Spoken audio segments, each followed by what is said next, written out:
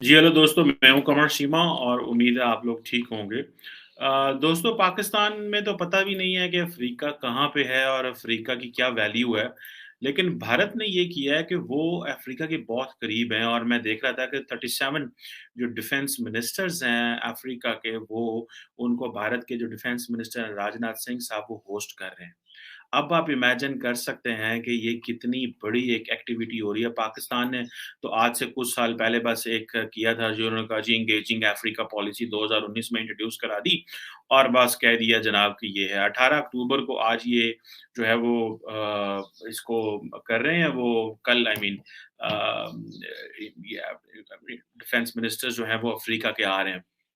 अभी बेसिकली जो है ये जिसे आप कह रहे हैं कि एक डिफेंस एक्सपो हो रही है, जिसको ज़ाहिर बात है ये सारे के सारे एक इंडिया अफ्रीका डिफेंस डायलॉग के नाम से ये जो कर रहे हैं और ये गुजरात में हो रहा है। आपने नोट किया है कि हर चीज़ गुजरात में हो रही है। प्राइम मिनिस्टर मोदी जो हैं, वो गुजरात को बहुत ज़्यादा अहमियत देते हैं इन्वेस्टमेंट के हवाले से, इंटरनेशनल इन्वेस्टमेंट के हवाले से आप देख लें, तो बहुत कुछ वो गुजरात में करते हैं और आप ये देखें कि जो राजनाथ सिंह हैं, वो तो अपने अफ्रीकन काउंटर पार्ट्स को होस्ट कर रहे हैं।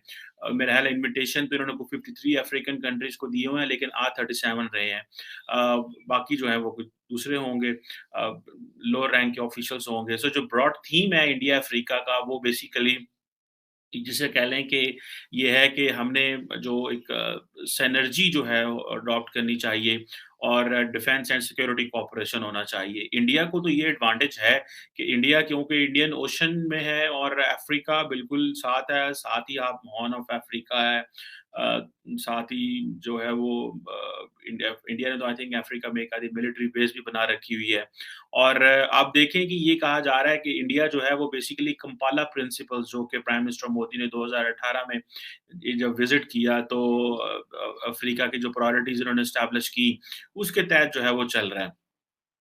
अब ये बेसिकली ये एक फर्स्ट किस्म का जो एक अफ्रीका डिफेंस मिनिस्टर्स कॉन्क्लेव जो है ये ऑलरेडी हो चुका है इस तरह का एक आई थिंक 2020 में जो कि आई थिंक उस वक़्त यूपी में कहीं लखनऊ में हुआ था।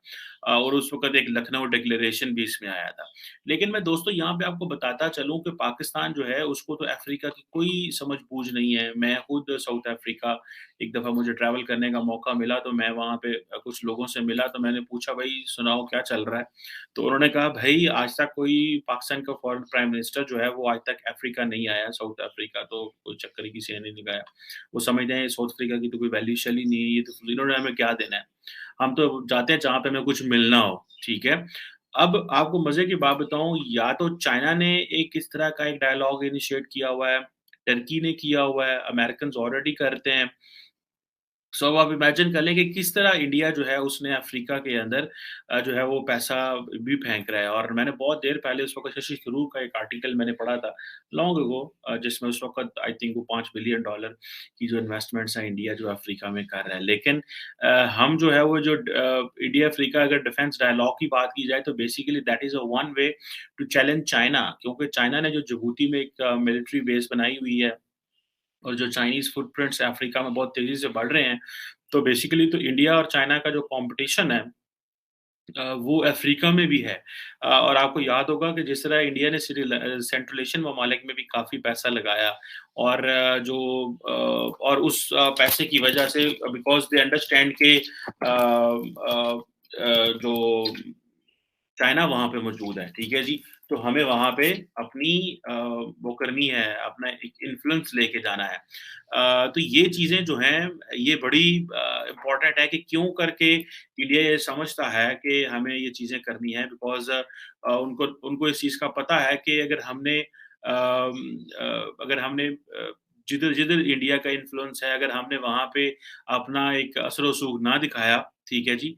तो हमारे लिए मामलात जो हैं वो बढ़ सकते हैं। सो एक तरफ वो सेंट्रल एशिया में अपना असर-ओ-रसूख बना रहे हैं ताकि हम चाइना को काउंटर कर सकें। अभी वो अफ्रीकन ममालिक के साथ अपनी उनकी कैपेसिटी बिल्डिंग पे काम करेंगे, उनको ट्रेनिंग देंगे, उनको साइबर सिक्योरिटी में, मैरिटाइम सिक्योरिटी में, काउंटर टेररिज़्म में जो इंडियंस हैं दे आर वर्किंग। तो अब ये देखें कि दिस इज़ नॉट जस्ट कि आप पैसे के साथ इकोनॉमी तो जो है वो करें मैं जब साउथ अफ्रीका गया तो पता चला कि यहाँ पे इंडियंस की बहुत बड़ी प्रेज़ेंस है एंड फिर गांधी साहब भी साउथ अफ्रीका में रहे और उनको बहुत अच्छे तरीके से और इज़्ज़त से साउथ अफ्रीका में देखा जाता है इंडिया को and they are contributing a lot in in Africa. Pakistan जो है वो ज़ाहिर बात है उसके फुटप्रिंट्स तो वहाँ पे हैं लेकिन हम उस तरह मैं देख रहा था कि हमारा वो कोयला वगैरह वहाँ से आता है। हम साउथ अफ्रीका को समझते हैं बस वहाँ पे सिर्फ क्रिकेट टीम ही और कुछ भी नहीं है। लेकिन मैं जब पाकिस्तानियों को वहाँ पे मिला तो the Pakistanis were very happy to live in Africa. They उन्होंने कंप्लेन किया कि लॉ एंड ऑर्डर के मसले हैं, ये वो बहुत कुछ कंप्लेन किया। लेकिन एट द सेम टाइम उन्होंने कहा we don't want to leave Africa because there are lot of business there is a lot of business here.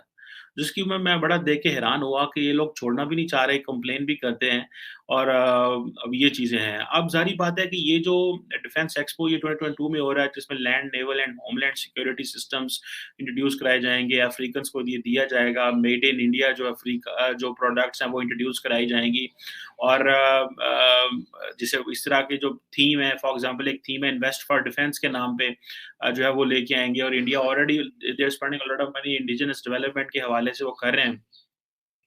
और ये चीज़ें जो हैं और ताकि मैन्युफैक्चरिंग हो सके और ये चीज़ें जो हैं ज़ाहिर बात है इसमें जो डिफेंस सेक्टर में इतना ज़्यादा करीब आना ये that makes a lot of sense.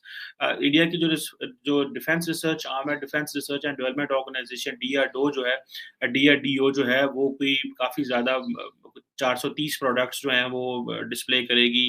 वो जैसे strategic and tactical weapon system जो है वो डिस्प्ले करेंगे और अब ये देखें कि ये जो डिज़ाइन जो है अपने उन्होंने जो डेवलप किए हुए हैं, वो डिस्प्ले करेंगे। फिर इंडस्ट्री एंड एकेडेमिया का इंटरेक्शन वहाँ पे होगा। So it's a very, very big thing जो अभी कल होने वाली है और इसको अगर आप देखें कि पूरी दुनिया में जो वही ममालिक काम कर रहे हैं, जहाँ पे इंडस्ट्री एंड एकेडेमिया मिल के काम करता है। हमारी इंडस्ट्री कहीं और जा रही होती है, पाकिस्तान में एकेडेमिया कहीं और जा रहा है, एकेडेमिया को मुँह नहीं लगाते, कहते हैं लॉ है, प्रोफेसर इन्हों की पता कट्टे ते साथ पता इन्हें।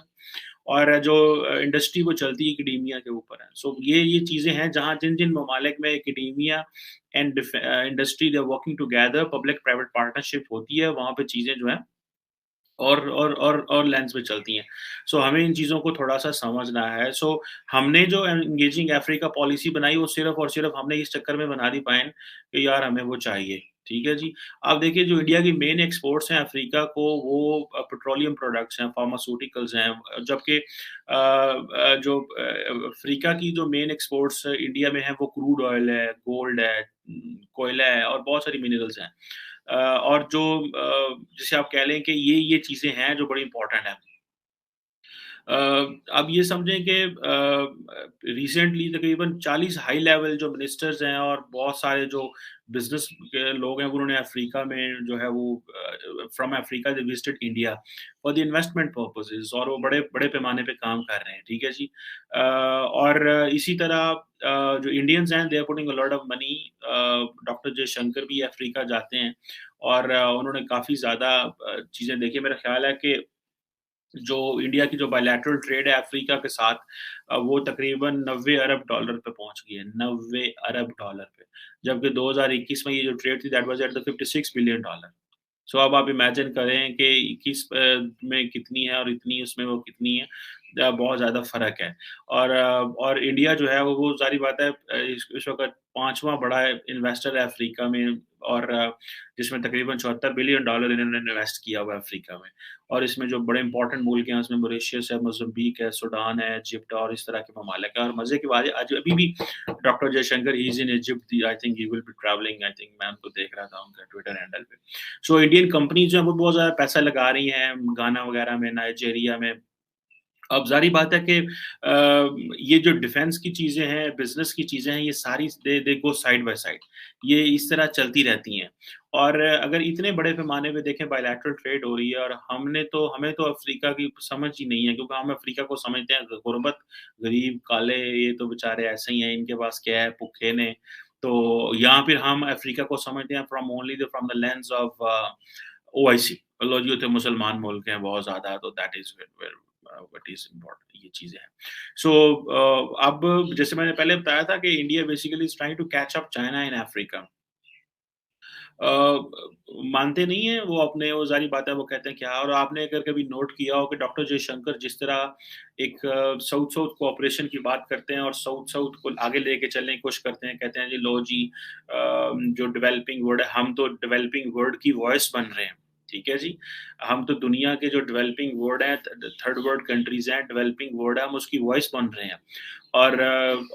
इसमें ज़ाहिर बात है जो ये जो साउथ-साउथ कोऑपरेशन है, अच्छा मज़े की बात ये है इंडिया भी साउथ-साउथ कोऑपरेशन की बात करता है, चाइना भी साउथ-साउथ कोऑपरेशन की बात करता है, लेकिन चाइना जो है वो साउथ-साउथ कोऑपरेशन को उस तरह तेज़ी से नहीं आगे लेके जा सकता जिस तरह इंडियंस लेके जा सकते हैं। द रीज़न बिहाइंड इज़ कि चाइना बहुत ज़्यादा डेवलप कर चुका है, इंडिया उस तरह डेवलप नहीं कर चुका और चाइनीज़ के क्योंकि डेमोक्रेटिक सिस्टम, चाइनीज़ का पॉलिटिकल सिस्टम बड़ा अजीब किस्म का है, तो वो दे कांट जस्ट वो उस तरह की आवाज़ नहीं उठा सकते और अब चाइना जो है वो ज़ाहिर बात है अफ्रीका का सबसे बड़ा लार्जेस्ट इकोनॉमिक पार्टनर है, ठीक है जी। दोनों की जो बायलैटरल टू वे ट्रेड जो है वो तकरीबन 254 बिलियन डॉलर है।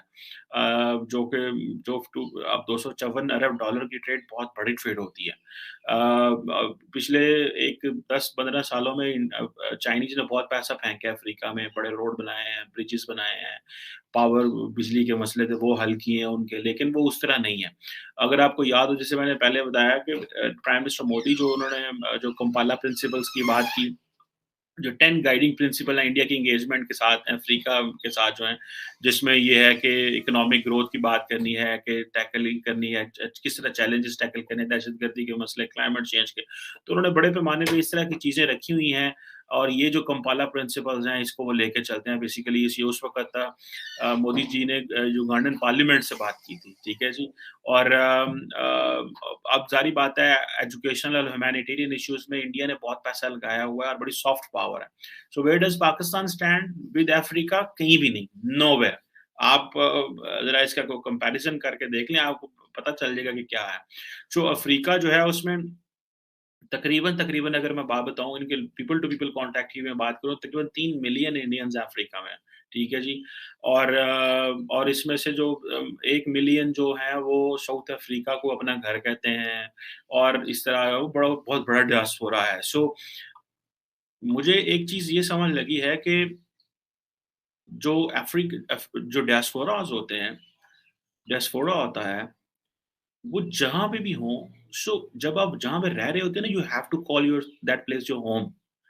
हमारा प्रॉब्लम ये है पाकिस्तानियों का और मुसलमानों का कि हम उधर रहते हैं, पैसे कमाते हैं, लेकिन हम चीज़ें हमारा ध्यान पीछे होता है। ये नहीं है कि बाकियों का ध्यान पीछे नहीं होता, लेकिन you have to contribute for the development wellbeing of that country.